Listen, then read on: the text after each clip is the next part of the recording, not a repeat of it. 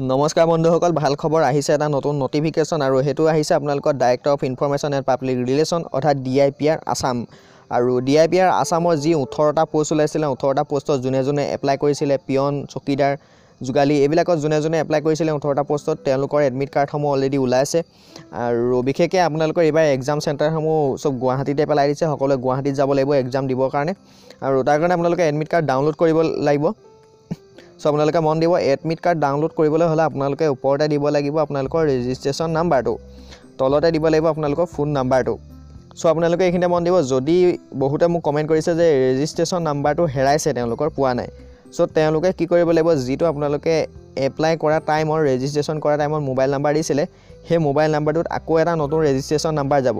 সেই ৰেজিষ্ট্ৰেশ্যন নাম্বাৰটো আপোনালোকে আকৌ ইয়াত ফিল আপ কৰিলে, আকৌ মোবাইল নাম্বাৰটো দি দিলে আপোনালোকৰ ছাবমিট বটনত গৈ পিনে আপোনালোকে পুনৰ এডমিট কাৰ্ডটো ডাউনলোড কৰিব পাৰিব। ঠিক আছে।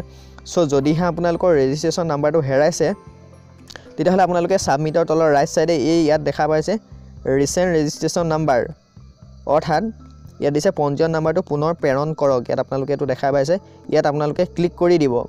চ' মই আপোনালোকক দেখাই দিছোঁ, তাত ক্লিক কৰি দিব। ক্লিক কৰাৰ লগে লগে আপোনালোকক ইয়াত নাম্বাৰটো দিব দিব, ফোন নাম্বাৰটো দিব দিব, যোনটো আপোনালোকৰ আছিলে। আৰু যদিহে আপোনালোকৰ এই আছে নাম্বাৰটো আপোনালোকৰ লগতে, তেতিয়াহ'লে আপোনালোকে ইয়াত নাম্বাৰটো ভৰাই দিব, তাৰপিছত আপোনালোকে ছাবমিট কৰি দিব।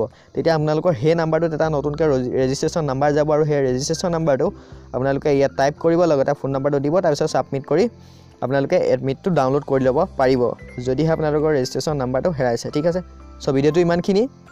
আৰু যদি আপোনালোকৰ কিবা এডমিট কাৰ্ড ডাউনলোড কৰোঁতে প্ৰব্লেম হয়, তেতিয়াহ'লে ইয়াত আপোনালোকে শ্লাইড তললৈ আহিব। তললৈ আহি পিনি ইয়াত ভালেকেইটা নাম্বাৰ দিয়া আছে, প্ৰায় 4টা নাম্বাৰ দিয়া আছে।